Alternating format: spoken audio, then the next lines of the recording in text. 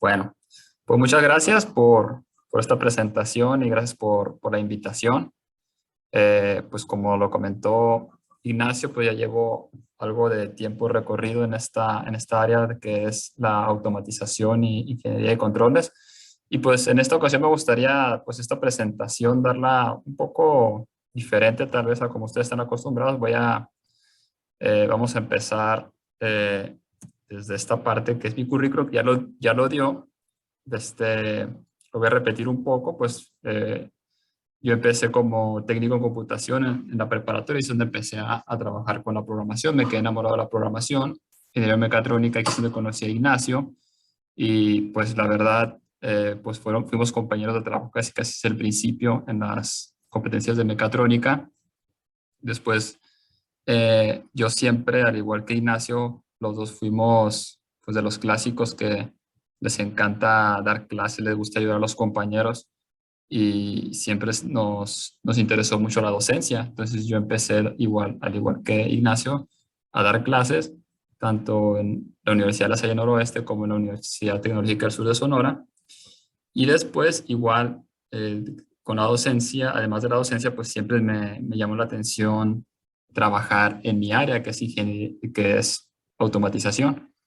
Entonces, por eso es que ya decidí empezar a trabajar también en ese aspecto desde 2013 hasta actualmente el 2022. Y por allá en el 2018, un poquito antes, me entró la necesidad, se podría decir, de también seguir en mi parte de docencia, pero como también amé esta carrera que es la automatización, pues busqué la manera de hacer las dos carreras al mismo tiempo, y fue cuando empecé mi plataforma en línea, donde trato de ayudar a mis alumnos a llegar a esta área de la automatización.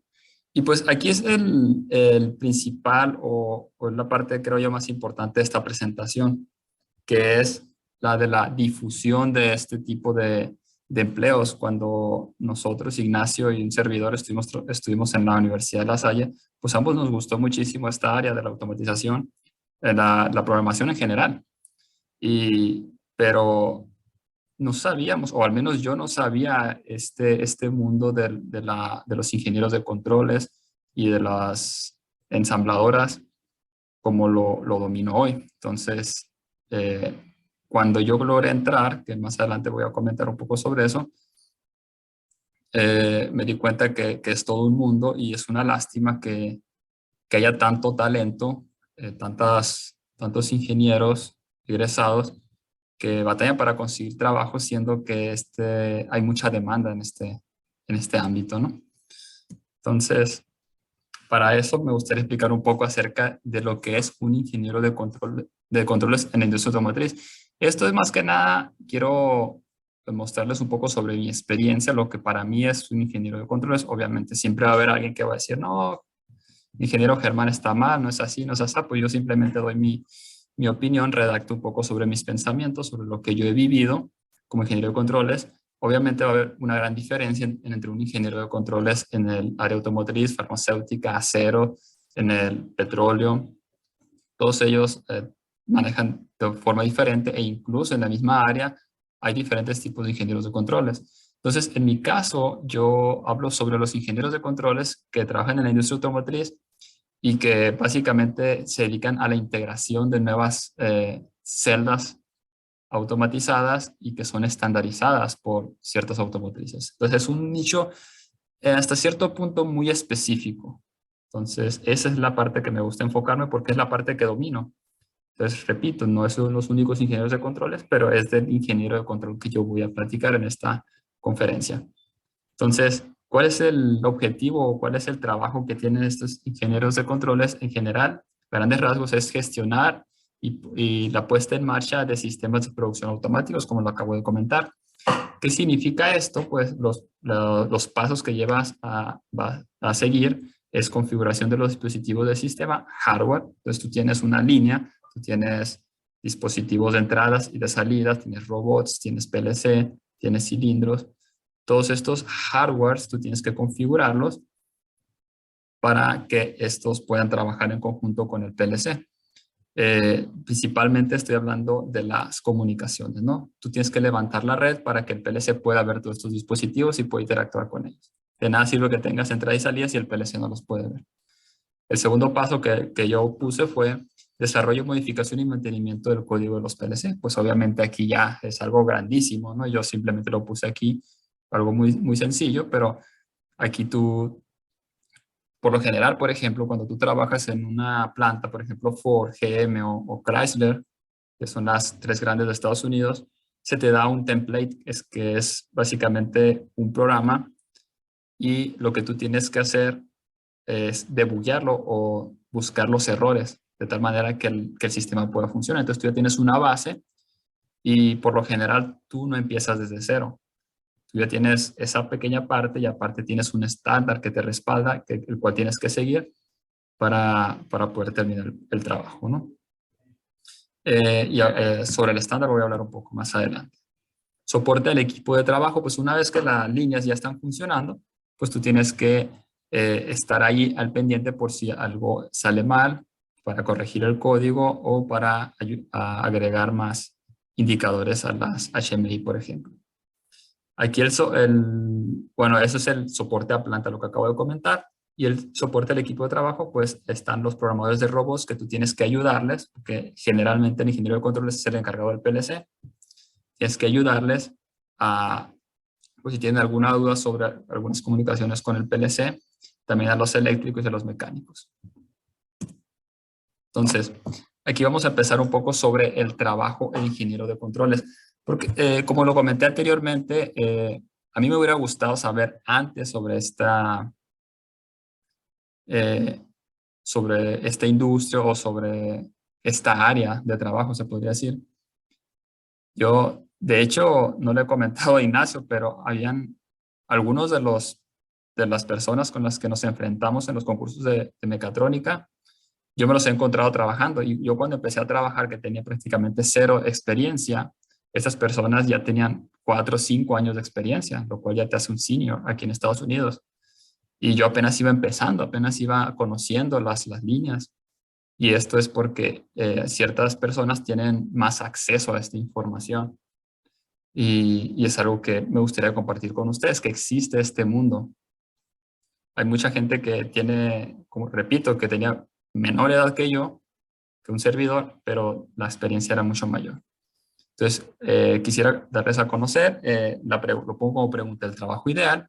¿Qué es el trabajo ideal? Entonces, en mi opinión, generalmente, igual, repito, es mi opinión, pueden compartirlo, pueden que no, pero generalmente se buscan tres aspectos en un trabajo. El primero tiene que ser bien remunerado, que es la mayoría de ustedes lo que busca cuando es egresado, ¿no? Busco un trabajo, bueno, quiero ganar bien, quiero vivir bien, quiero que me alcance para mis necesidades.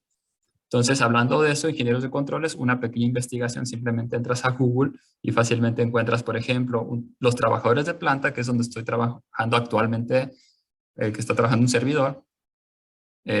Según un estudio hecho por Indeed.com a más de 7.200 ingenieros, el promedio de ingreso anual es de $85.252. $85.000 creo que es algo bastante interesante, pero esto es para trabajadores de planta. O sea, ¿a qué me refiero? Los trabajadores de planta, por lo regular, son personas que trabajan 40 horas a la semana y que también tiene sus ventajas y sus desventajas. Por ejemplo, las ventajas es que tienes ahorro para el retiro, tienes prestaciones médicas completas, tienes seguro de vida para ti y para tu familia. Tienes algunas, prácticamente como cuando trabajas en México, también algo parecido. Pero también existen los integradores, que es como yo empecé. Empecé trabajando en diferentes integradoras y en este caso pues va desde los $60,000 hasta los $200,000 al año, incluso más, dependiendo del volumen de trabajo y rango. Entonces aquí va a depender, hay ingenieros de controles en las integradoras que pueden empezar desde los $22, $25 la hora, y ingenieros de controles que ganan hasta 80, 90, $100 la hora. Entonces obviamente es una gran diferencia. Hay otra cuestión, por ejemplo, si tú ganas $50 la hora, por lo regular, las empresas te pagan los domingos, bueno, las horas extra te pagan 1.5, por ejemplo. Vamos a suponer que son $40 la hora para hacer la cuenta más fácil. $40 la hora, si trabajas 40 horas, cada hora te van a pagar $40. Si pagas, y aparte, trabajas horas extra, cada hora extra te lo van a pagar a $60. Y si trabajas domingos o días festivos, esos días te lo pagan doble, o sea, te pagan $80 la hora, por poner un ejemplo. Pues ahí es donde los números suben bastante arriba, ¿no? Obviamente también hay trabajadores de planta que llegan a ganar 100, 120, pero no estas cantidades. Entonces, ese es el primer aspecto, pues creo yo que es un salario bastante competitivo lo que tienen los ingenieros de controles aquí en Estados Unidos. La segunda parte, que lo que uno buscaría cuando quiere estudia o trabaja duro para obtener un trabajo, es pues la alta demanda, ¿no? No sirve nada que sea bien remunerado si no hay trabajo, ¿verdad? Entonces, hay una cuestión aquí. Aquí no encontré estadísticas, pero por experiencia y yo pues ya tengo algunos contactos aquí en Estados Unidos, diferentes empresas, prácticamente todos me dicen, tienen posiciones abiertas prácticamente de forma permanente. Por ejemplo, aquí cuando yo empecé a trabajar aquí en GTI, yo trabajé con un tercero, trabajé con una empresa que se llama UTEC. Entonces esta empresa éramos como unos eh, bueno, yo trabajaba por parte de Control Motion, trabajaba en UTEC. UTEC tenía aproximadamente 10 ingenieros de controles y esa empresa le trabaja mucho a GTI. Entonces yo vine aquí a GTI, trabajé en GTI y me ofrecieron trabajo en GTI y yo para poderme traer a mi familia y estar con mi familia y no estar viajando, pues decidí trabajar aquí en GTI. Entonces, en estos momentos estamos teniendo otros proyectos con UTEC y al ver la nómina de UTEC prácticamente ya los que conocí ya no están. Todos renunciaron y fueron a otro trabajo. Entonces hay mucha movilidad. La gente, es muy difícil para las empresas conseguir programadores y mantenerlos. Y conseguir programadores obviamente de calidad. Entonces ellos siempre están buscando trabajadores, siempre están batallando.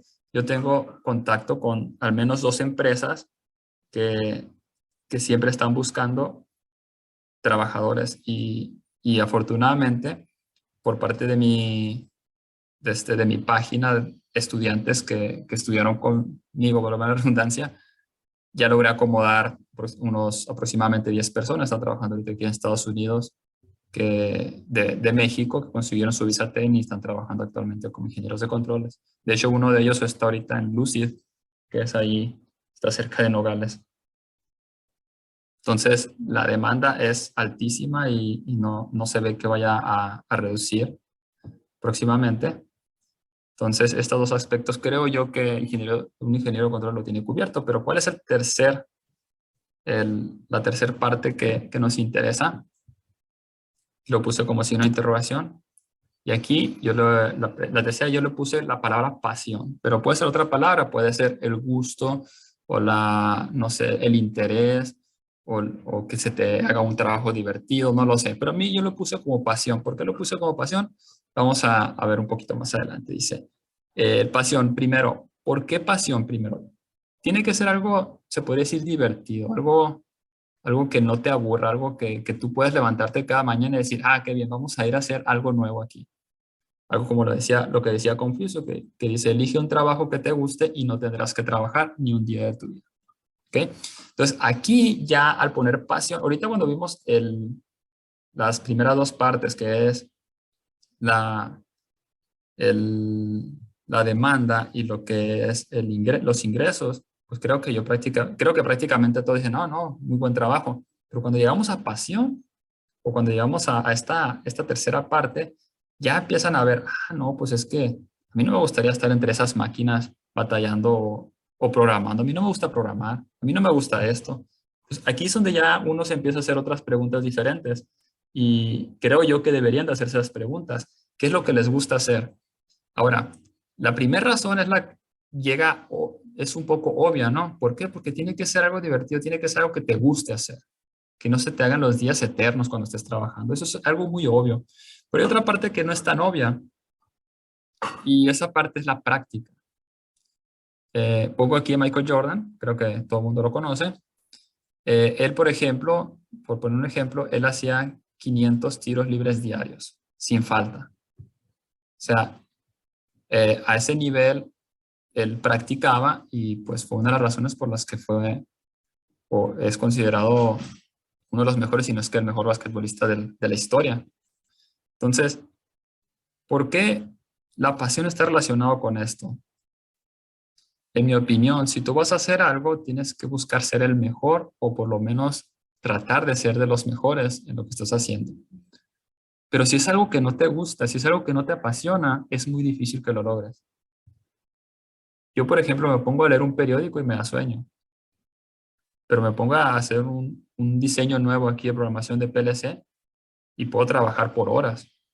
Yo siempre pongo un ejemplo. Cuando yo estaba en la UTS, trabajábamos, no sé si recuerden Ignacio, pero mi tesis fue sobre un carrito con inteligencia artificial. Y lo que hice yo cuando estaba en la UTS, porque yo quería que todos mis alumnos programaran ese carrito y como era de muy bajos recursos, o por lo menos era algo costoso hacer el carrito para que cada quien tuviera su carrito en su casa, era bastante costoso. Dije, voy a hacer un simulador. Entonces hice un simulador en C++. Lo único que utilicé fueron líneas. Para ese simulador utilicé trigonometría, utilicé cálculo, utilicé cinemática, muchas materias de matemáticas que a mí me apasionan, ¿no? Pero lo interesante de esto, y nunca voy a olvidar, es que yo, la verdad, soy una persona que muy malo para desvelarse. La mayoría de ustedes tal vez digan, ah, yo puedo durar 3 días tomando y no me da sueño. Pero en lo personal, yo soy muy malo para desvelarme. A mí rápidamente me da sueño. Y es básicamente porque creo yo que tiene que ser algo que te interese para que te puedas mantener despierto. Yo para ese proyecto, que nadie me lo pidió, yo simplemente porque dije, ah, qué, qué bien, qué interesante hacer este proyecto, por eso lo hice. Y obviamente qué útil, ¿no? Para mis alumnos. Pero para ese proyecto yo prácticamente en 2, 3 días yo no dormí un par de horas. Y repito, no era algo que tenía que entregar para un maestro, ni tampoco era algo que mis jefes me estaban pidiendo, era algo que simplemente yo por pasión lo hice, porque me encanta hacer ese tipo de cosas. Y yo decía, ay, es que lo quiero hacer, ay, es que se me ocurrió otra cosa y de volada me iba a la computadora y le movía. Estamos hablando de que me acostaba a las 4 hasta las 5 de la mañana y luego me iba a trabajar y luego regresaba con ansias de seguir haciendo ese trabajo. Y eso es solamente un ejemplo de tantos. Ustedes le podrán preguntar a Ignacio cuántas veces nos desvelamos haciendo programaciones.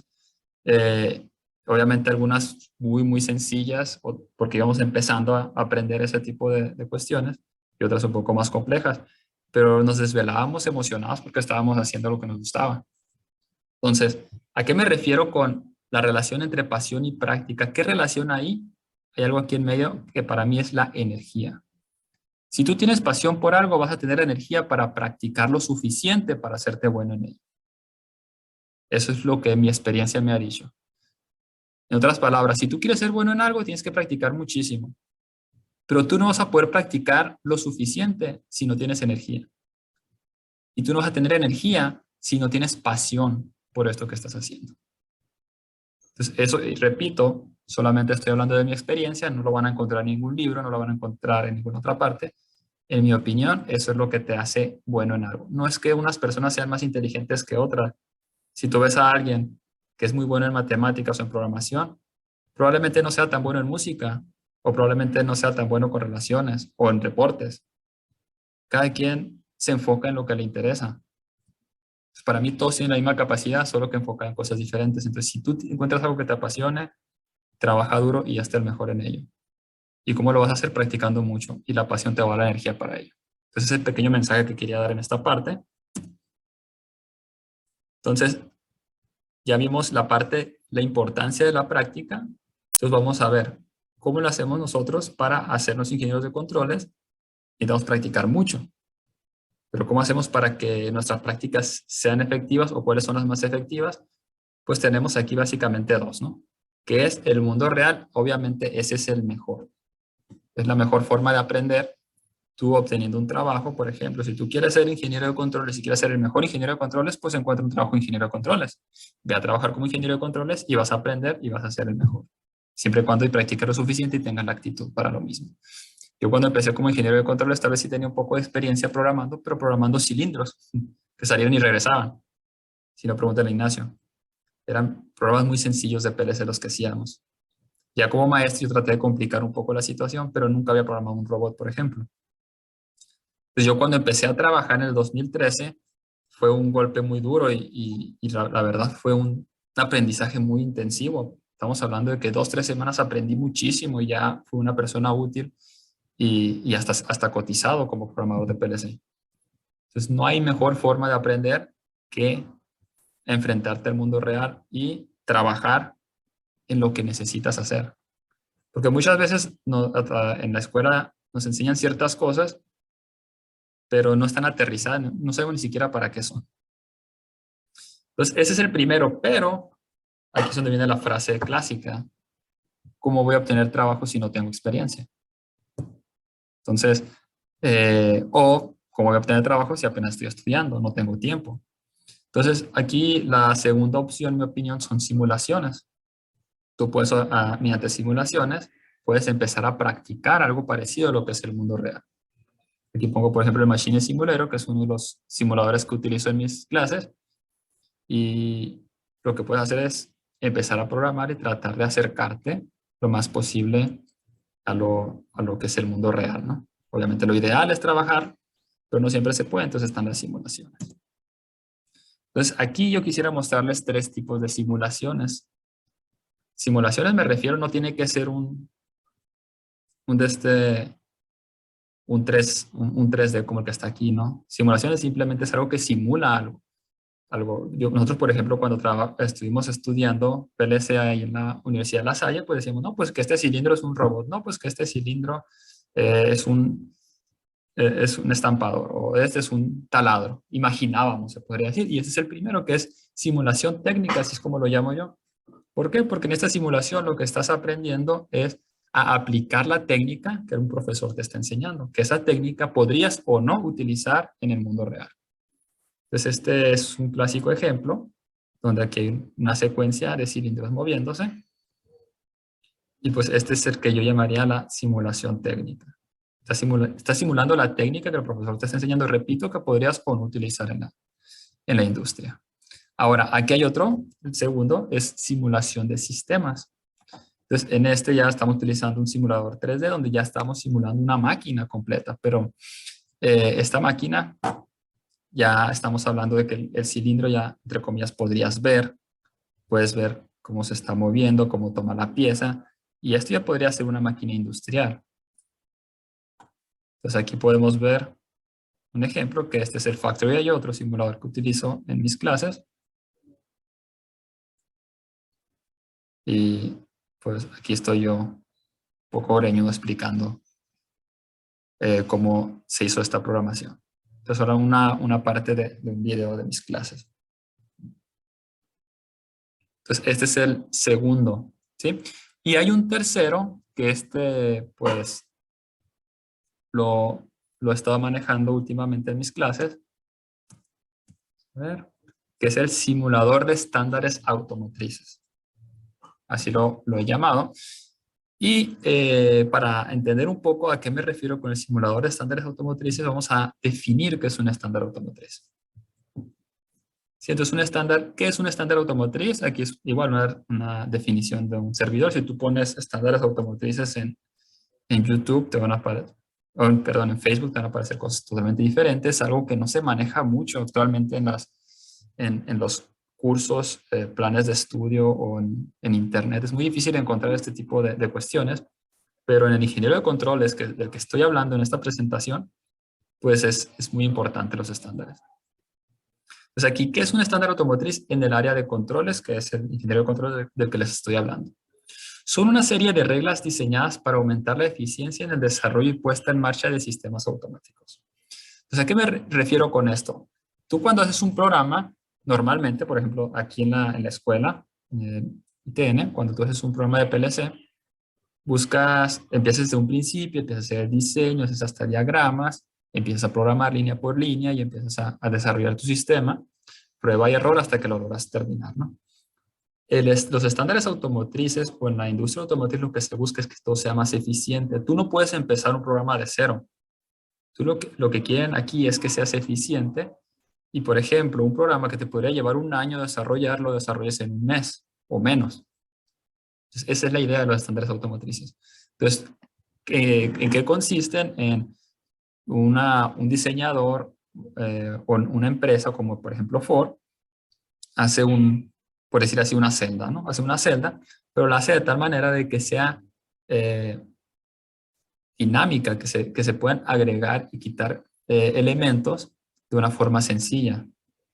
Entonces, tú, por ejemplo, cuando tú haces otra celda similar, tú simplemente copias y pegas el programa y está diseñado de tal forma de que se le pueden agregar, por ejemplo, clamps, se le pueden quitar clamps, sensores, se le puede agregar un robot de forma sencilla. Es como una especie de, como módulos, vamos a decirlo de esa manera. También en el caso de la HMI, que sea muy fácil, prácticamente copiar y pegar, que todo sea rápido. Entonces, como es un estándar, eso se hace de forma mucho más rápida.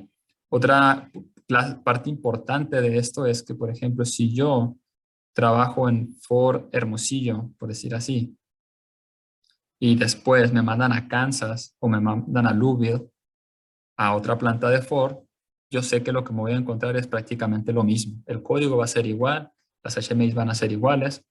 Entonces yo prácticamente una vez que yo trabajé en Ford Hermosillo, yo ya puedo trabajar en prácticamente cualquier planta de Ford sin ningún problema. ¿Por qué? Porque ya domino el estándar. Entonces eso lo que ayuda es a que los programadores, tener más programadores disponibles, se podría decir, para que puedan trabajar en tu planta y que sean eficientes desde un principio. Estas reglas rigen principalmente los siguientes aspectos del sistema automático, que son el hardware, redes y software, ¿no? Son los tres principales. El hardware, pues obviamente, por ejemplo en Ford, lo que se maneja es puro PLC Allen Bradley, se maneja pura HMI Panel View, se maneja puro Robot Fanuc, y así entre otro tipo de hardware, ¿no? Redes, pues se maneja básicamente puro Ethernet, y software, pues, esta es la parte de la que vamos a hablar aquí, que esa es la parte del estándar que lo que busco simular con este simulador, simular el software. Entonces vamos aquí más adelante. Y aquí quisiera hablar un poco sobre el simulador que estoy desarrollando actualmente, que es el simulador del estándar Ford. Entonces, ¿en qué consiste este simulador? Vamos a ver.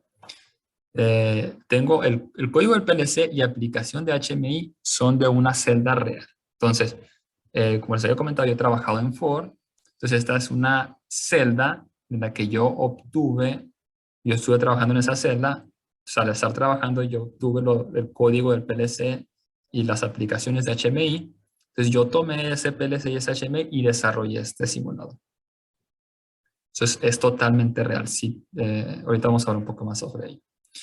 La simulación de entradas y salidas son mediante producidos y consumidos hacia un PLC, un segundo PLC. Lo vamos a ver aquí abajito. Y la animación de los elementos físicos de la celda es mediante la manipulación cinemática de figuras geométricas básicas en una HMI panel. Entonces vamos a entender un poco más sobre esto, ¿no? Por ejemplo, lo que vemos aquí a la izquierda es un sistema normal del estándar Ford. Nosotros tenemos un PLC, que es el cerebro, es la computadora que maneja todo.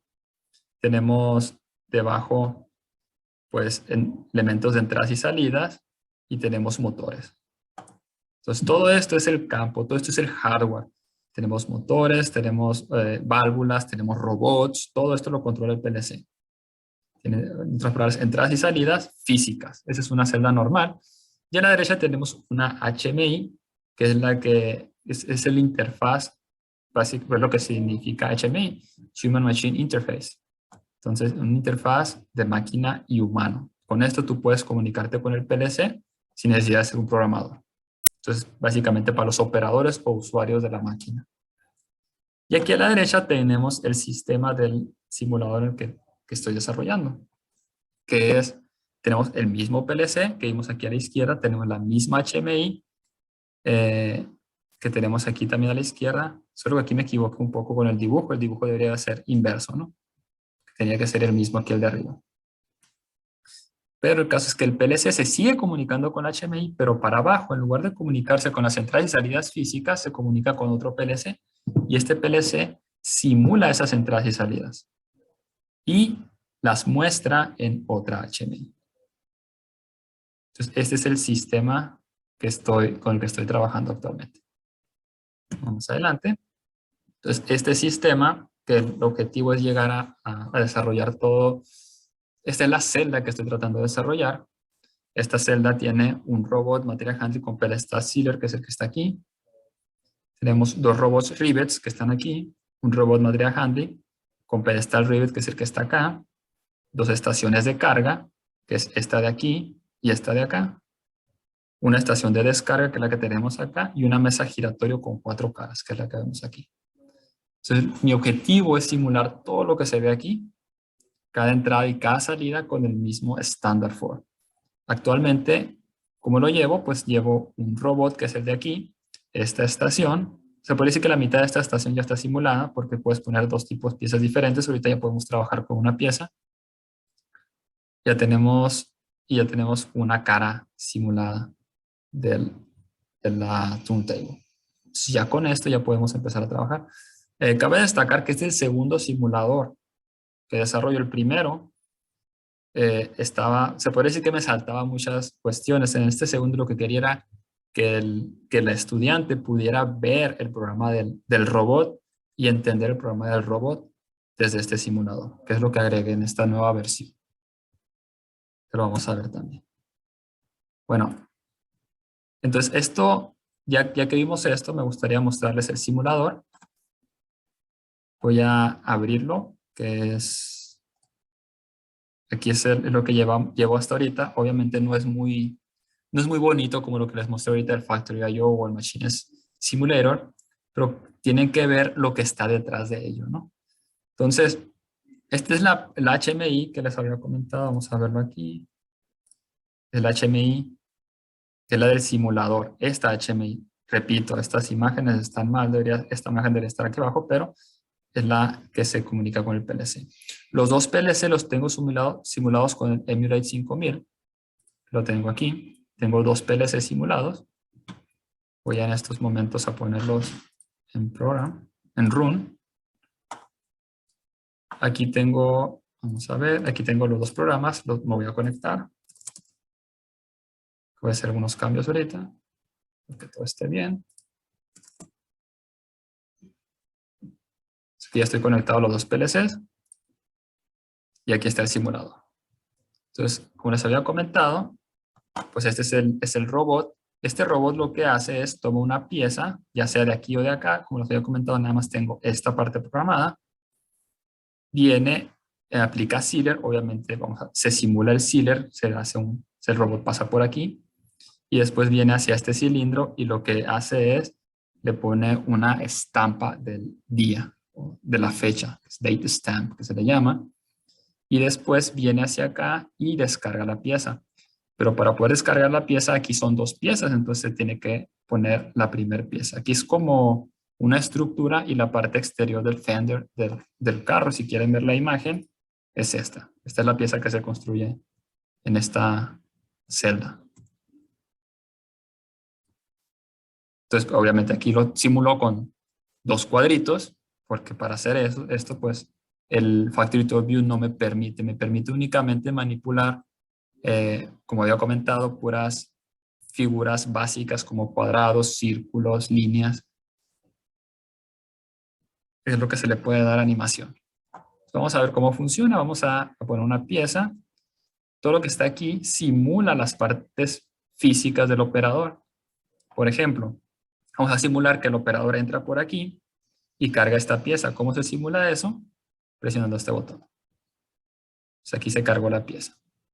Estas son las partes presentes. Tenemos 4 partes presentes, son 4 sensores. Y aquí vamos a simular que el operador... Bueno, primero vamos a poner la celda en auto. Está en auto. Y vamos a presionar el botón de inicio. Aquí se simula el botón de inicio. Vamos a...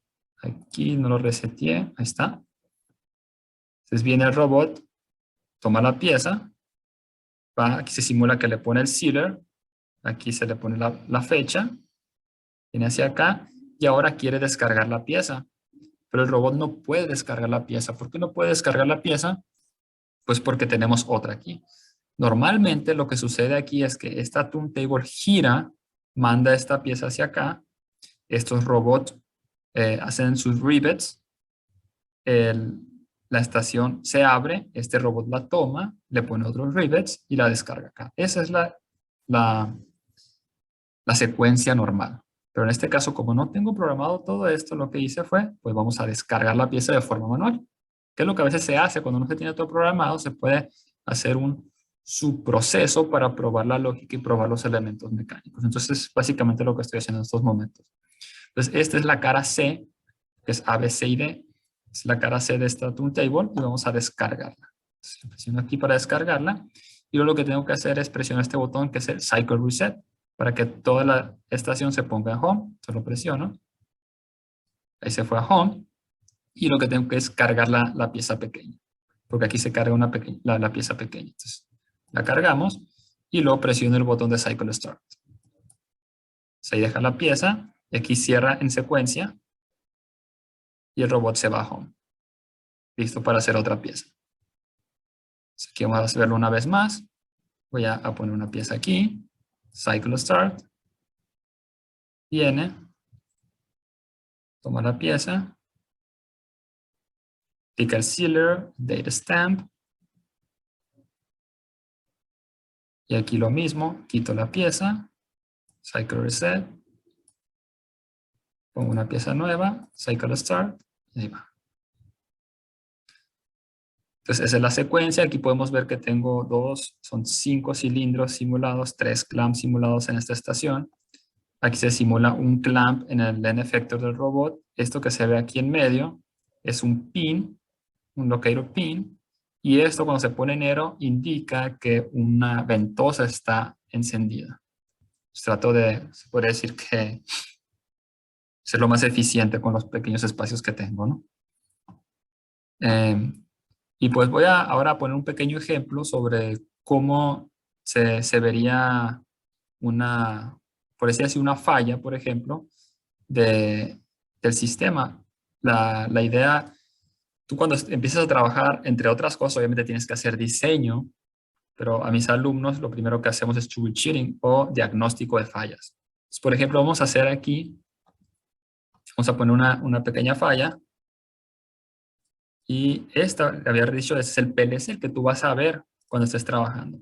Pero este es un simulador, entonces aquí yo puedo simular ciertas fallas. Por ejemplo, vamos a suponer que, vamos a suponer que una pieza, no sé, una parte presente no está bien puesta, no está bien colocada. Entonces, cuando tú pones la pieza, no se activa. Pongo aquí que esta parte presente nunca se va a activar. Entonces, nos vamos para acá y vamos a cargar la pieza. Descargamos la pieza y aquí ya se puede ver que esta parte presente no está activa, ¿no? Pero vamos a suponer que no vemos esto. Presiono Cycle Start y el robot no va. ¿Por qué no va? Entonces, uno como PLC o programador de PLC o ingeniero de controles, pues va hacia el PLC. Vamos a ver qué está pasando, ¿no? Nos vamos hacia acá y vemos, bueno, aquí está el robot, 10R1, nos vamos a la subrutina robot y vamos a ver por qué no está yendo el robot. Vamos para acá. Y aquí vemos que el initiate, obviamente esto lo estoy diciendo como si ustedes ya lo tuvieran dominio sobre esto, pero como no hay tiempo, simplemente lo vamos a ver así. Para que este PLC pueda iniciar, tiene que activarse todas estas condiciones y a su vez, con estas condiciones, se tiene que llamar un programa, que es el programa 21 en este caso. Vamos a darle cross-reference. Y es este precisamente. Entonces, ¿por qué no se está dando? Porque no está en un load position. ¿Por qué no está en un load position? Porque no está el load complete. Porque no está el load complete. Load 1 complete tampoco está. No están todas las partes presentes. No están las partes presentes 1. Aquí estamos en el modelo 1, entonces no está el 1. Y aquí estamos viendo que esta parte. Entonces ya el estudiante podría ver por qué no está funcionando. ¿No? ¿Por qué? Porque esta parte presente no está activa. Si nos vamos al PLC de simulación y damos esta parte presente, esto ya empieza a funcionar. Este es un pequeño ejemplo de cómo podemos nosotros diagnosticar el sistema, y estamos hablando del sistema real. Mira, este es el programa real de esta celda. Y este es el que yo adapté. Es básicamente lo mismo. ¿Sí? Tú puedes navegar aquí y de la igual forma que tú navegas en este otro. Otra cuestión que quería mostrarles antes de, me quedan 2 minutos, es la cuestión del robot. Vamos a ver. Este es el robot 10R1. Entonces, son los programas del robot. Si nos vamos al programa 21, por ejemplo, es el que estamos utilizando. Vamos a ver. Es este con este. Aquí podemos ver cómo se ve. Así, si tú agarras el Teach Pendant del robot, así es como se vería, ¿no? Son líneas de código. Pero si tú agarras este simulador, lo que traté de hacer es hacerlo lo más parecido, y para eso utilice Sequence Chart, que es esto. Entonces aquí podemos ver el programa. Entonces, podemos ver algunos detalles, por ejemplo, Turn on Robot in Loop. Vamos a ver. ¿Qué es esta parte? Es aquí. Turn on Robot in Loop es cuando el Robot Waiting in Loop, que es la 24, se activa. Y luego dice, espera por Cycle Start On. Y aquí está, espera por Cycle Start. Y luego aquí, apaga el loop, que es el de aquí. Turn off Robot in Loop. Y luego nos vamos para acá. Se vuelve a activar, pero esto es mucho más abajo. Aquí tuve que quitar varias líneas que no nos interesa para lo que estamos buscando. Así que tenemos otra vez el loop on y luego espera por clear to pick up, clear to pick up. Luego aquí wait in loop se apaga, aquí se apaga. Y aquí el enter sum, que es lo que sigue aquí. Ups, aquí está. Es el clear enter sum y son algunos detalles. Aquí no es para esta función. Ya nos queda tiempo para ver más a detalle las zonas, pero lo que quiero dar a entender aquí es que mediante este simulador puedes ver la parte del robot y la parte del PLC y aprender cómo diagnosticarlos. Nada más para dar un ejemplo, el día de hoy tuve un problema necesitaba que un robot se detuviera para verificar si unas tuercas estaban soldadas y yo no sabía cómo detener al robot. Entonces lo que hice fue tomar este programa del robot, lo leí y ya supe qué hacer en el PLC para detenerlo. No tienes que ser programador de robot para entender qué es lo que está sucediendo en el lado del robot, y es lo que trato de enseñar aquí a mis estudiantes mediante este simulador también. Entonces, eso sería a grandes rasgos. Por eso es que a mí, en mi opinión, es importante este tipo de simuladores donde te acerque más a lo que vas a hacer tú en la práctica, ya cuando estés trabajando, ¿no? Y por último, quisiera comentarles un poco sobre algunos consejos de un servidor, ¿no? Esto es básicamente, repito, es mi experiencia. Si les sirve, qué bueno, y si no, pues simplemente no lo tomen en cuenta, ¿no? Lo que ya platicamos, te recomiendo que busques qué es lo que te pasó, qué es lo que te apasiona, por las 2 razones que les comenté. Primero, tienes que buscar algo que te guste hacer, porque es lo que vas a hacer por el resto de tu vida. Y en segundo lugar, tienes que buscar ser el mejor, y para ser mejor tienes que practicar, y para practicar necesitas energía. Y no vas a obtener energía si no te apasiona lo que estás haciendo. Repito, la práctica. Tienes que practicar mucho para ser el mejor. Busca un mentor. Yo, gracias a la suerte del universo, no sé, he tenido muchos muy buenos mentores, mucha gente mucho más inteligente que yo, incluyendo a Ignacio, que me ayudó muchísimo cuando estuve en la escuela. Entonces busca un mentor, acércate a esa persona y pídele ayuda, que nadie está ni una persona exitosa está donde está sin la ayuda de otras personas.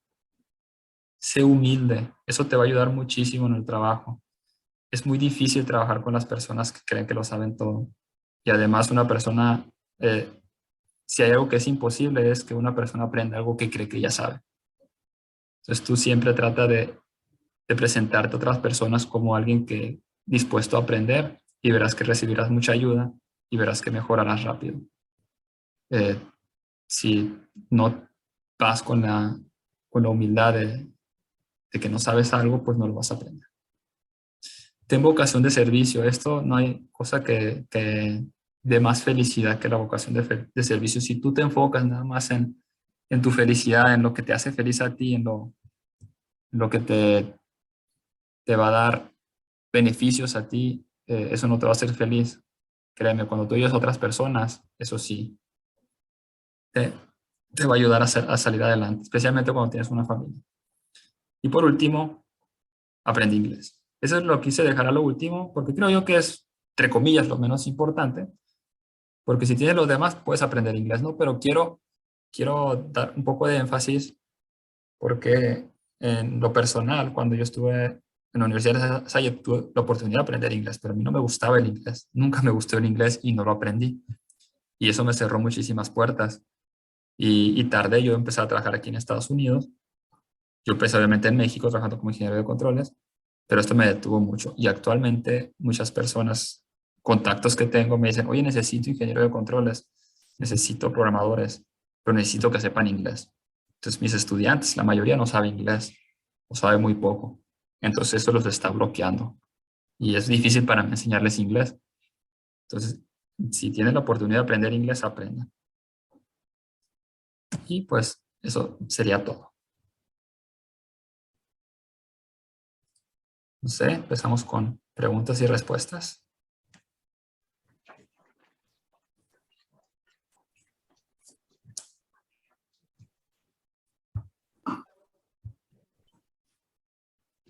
Buenos días, escucha, Fernando, para volver a la computadora.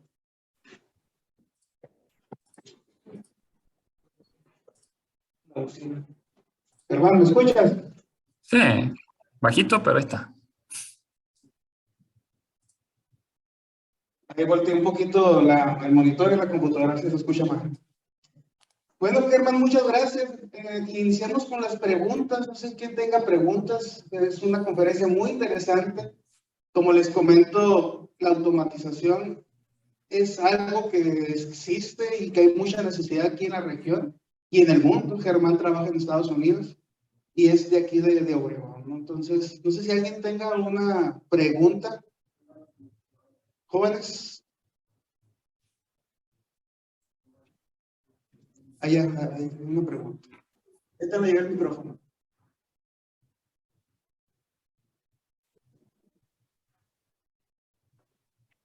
Tengo una duda. Es respecto a lo que son los que van apenas iniciando, a los que apenas van iniciando a trabajar dentro de una empresa, más que nada. ¿Cuál sería su perspectiva bueno, de lo que usted ha visto? ¿Cuáles son los mayores errores que hacen los que apenas van entrando a trabajar? Disculpa, errores, dijiste. ¿Cuáles son los mayores errores que hacen los que van iniciando a trabajar? Muy bien, bueno, muchas gracias por la pregunta, muy interesante. Te voy a platicar un poco sobre mi experiencia. Yo precisamente, pues obviamente empecé como novato, ¿no? Yo tuve mucha suerte de encontrarme una persona con la que pudiera acercarme a esta industria. Y en lo personal, yo creo que el principal error es no preguntar. Desafortunadamente, a veces te encuentras con personas que pues no están tan predispuestas a ayudar. Yo afortunadamente tuve muy buenas experiencias, tuve muy buenos maestros en la industria, gente humilde, pero no siempre es así. En ocasiones es complicado. Pero lo importante cuando tú empiezas es preguntar. El YouTube, Facebook, algunas veces te van a ayudar, pero lo que más te va a ayudar es la experiencia de la persona que tienes a un lado. Pues cuando vas empezando, pues es obvio que esa persona sabe más que tú, ¿no? Sabe más cómo solucionar ciertos problemas.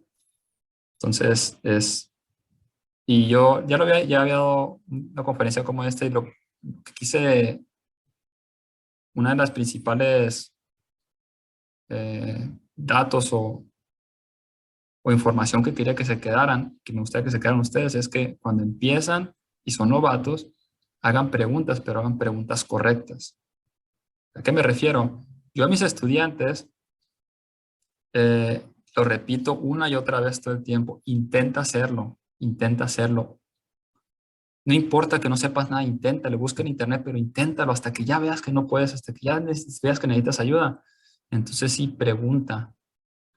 Y eso es lo que, hago mucho énfasis en eso porque eso es lo que un servidor hizo. Cuando yo empecé a trabajar, bueno, me decían, haz esto. Ah, bueno, pues hacerlo, sí, lo voy a intentar. Y lo intentaba, y a veces lo lograba y a veces no. Pero cuando ya lo intentaba varias veces y no lo lograba, sabía qué pregunta hacerle a esta persona. Entonces, de esa manera, tú no pierdes tiempo y no le haces perder el tiempo a la otra persona. Porque cuando tú preguntas inmediatamente sin intentarlo, son preguntas más banales, son preguntas no tan importantes, son preguntas que tal vez tú pudiste haber deducido. Y hace que una pregunta se convierta en 5 o en 10 preguntas. Y aparte no se te queda tan grabado. Si tú estás en una clase y el maestro te está explique y explique y explique durante una hora, te aseguro que cuando salgas de ahí no se te va a olvidar. Lo ideal aquí es que tú intentes hacer cosas y cuando tú te atores, entonces el maestro llegue y te explique dónde te atoraste, ese punto en el que te atoraste. No hay cosa más frustrante que cuando el maestro pregunte a un alumno que sí, qué duda tiene, te diga que todo, que no entendió nada. Entonces, eso significa que esta persona no está dispuesta a aprender, no está dispuesta a intentarlo y quiere que el maestro de alguna manera, como una cajita mágica, haga una bolita de conocimiento y te lo inserte por osmosis en la cabeza, lo cual es imposible, ¿no? Tú tienes que intentarlo, tú tienes que trabajar duro en ello. Tienes que trabajar hasta que ya de plano no puedas y ahí es cuando se hacen las preguntas correctas. Y creo yo que eso es lo que me ayudó a tener ese aprendizaje tan acelerado esas primeras semanas que trabajé. Y pues, yo creo que esa, sí, como respuesta a tu pregunta es, errores son no hacer preguntas, es el primer error, y el segundo, no hacer las preguntas correctas. Y las preguntas correctas se hacen después de intentar.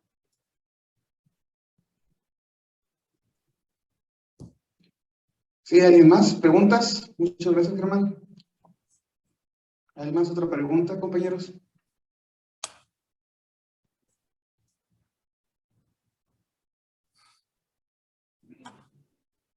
No, mecatrónica, preguntas. Aquí.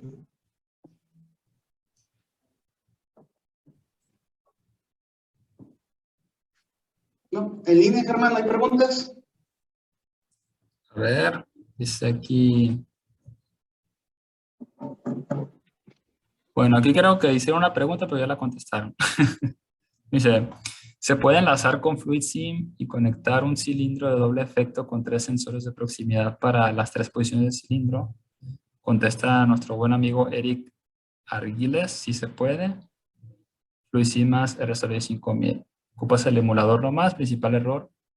No pregunta. Sí, de hecho esa es una respuesta correcta. Sí se puede enlazar con el RStudio 5000, con el Studio 5000 y también con el RStudio 500. Y de hecho creo que en mi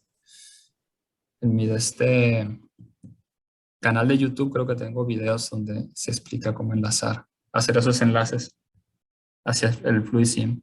Y es un enlace bastante útil y recomendable. Antes de cerrar, no sé si puedas mostrarnos tu plataforma para los estudiantes que están interesados en hacer experiencia siendo estudiantes. Como comentan, cuando ustedes terminen la carrera, los trabajos van a pedir ya con 3, 4, 5 años de experiencia, mientras que no van saliendo de eso. Y como dice Germán, parte de la experiencia que ustedes pueden ir formándose es a través de los simuladores. Germán tiene su plataforma, no sé si puedes compartirnos tu página, tu plataforma para que tengan los jóvenes aquí. Escuché muy poco, pero creo que lo suficiente. Sí, puedo compartir. Aquí de hecho lo tengo abierto. Este es mi sitio web, es un poco sencillo, germanmadrid.com. Aquí pueden, si quieren, recibir correos de un servidor sobre mi experiencia aquí en mi trabajo. Como ingeniero de controles, puedes entrar aquí donde dice gratis y ya te suscribes a mi newsletter. Y si quieres ya suscribirte a los cursos, aquí si entras a cursos, pues aquí puedes ver. De hecho, tengo aquí algunos cursos gratuitos, Premium y Pro, este video en 3 partes. Y así te quieres suscribir, pues aquí donde dice suscribirse, pues ya te suscribes a los que son estos 2 de paga, pero pues aquí ya tengo algunos gratuitos para dar una introducción y ver si el método que utilizo, que es el método basado en retos, te sirve o te...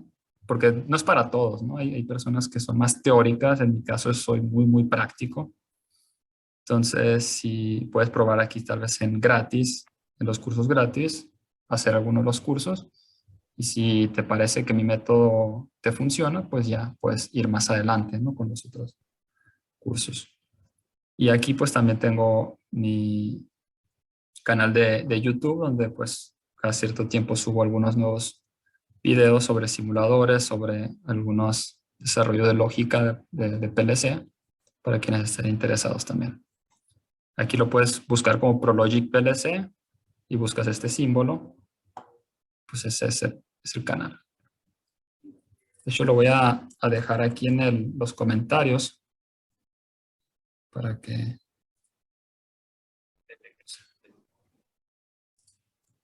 puedan simplemente compartirlo si así lo hacen.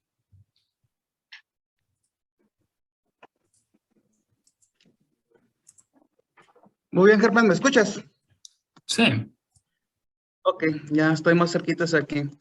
Ok, entonces, Germán, pues muchas gracias por tu presentación, por tu experiencia. Asimismo, esto les sirve a los jóvenes, más que nada la motivación, para que vean lo importante de lo que es ser apasionado, ¿no? Yo recuerdo muy bien cuando estudiamos la carrera, nos apasionaba tanto la automatización, la programación, que ahí durábamos horas en el laboratorio.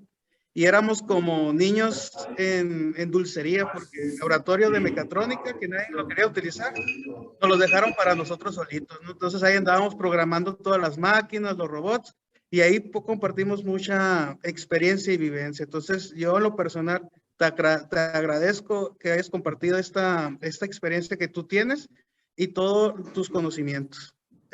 Tengo el honor de entregarte un reconocimiento, nada más dame chancita de proyectarlo. Lo voy a buscar rapidito. Muchas gracias y por recordarme esos tiempos maravillosos encerrados en ese laboratorio tan divertido. Sí.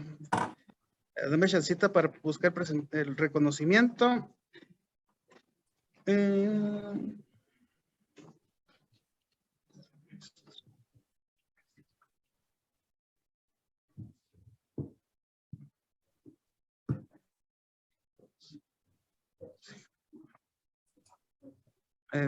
¿Me das permiso para compartir? Sí tengo. Sí. A ver. Pero, ¿estás solicitando ya? Sí. No sé si dice el anfitrión. Aquí, múltiple. Tengo que hacer esto. A ver, inténtalo. Es que no Sí, te ya puedo. Ya puedo. Sí, ya puedo. Muy bien, Germán, no sé si se va a la pantalla. Va a ser un reconocimiento virtual, pero pues te voy a mandar por correo el reconocimiento en físico, unos souvenirs, camisetas, una tacita de aquí de agradecimiento por parte del Tecnológico. Y asimismo, pues te hago la entrega del reconocimiento. El Tecnológico Nacional de México, Campus Nogales, otorga el presente reconocimiento a Germán Madrid Amarillas por haber impartido la conferencia denominada Uso de simuladores para el aprendizaje de estándares automotrices, realizada el día 8 de noviembre dentro de la Jornada Electrónica 2022, llevado a cabo del 7 al 10 de noviembre del 2022. Firma nuestro director, Francisco Huerta Aldaz. Un gran aplauso a Germán por su experiencia. Gracias a ustedes. Un placer. Ahí nos ponemos de acuerdo, Germán, para mandarte todos los souvenirs y el reconocimiento. De antemano, muchas gracias y estamos en contacto. Cuídate. Igualmente estamos en contacto, Ignacio. Saludos. Saludos todos por allá. Después platicamos. Bye.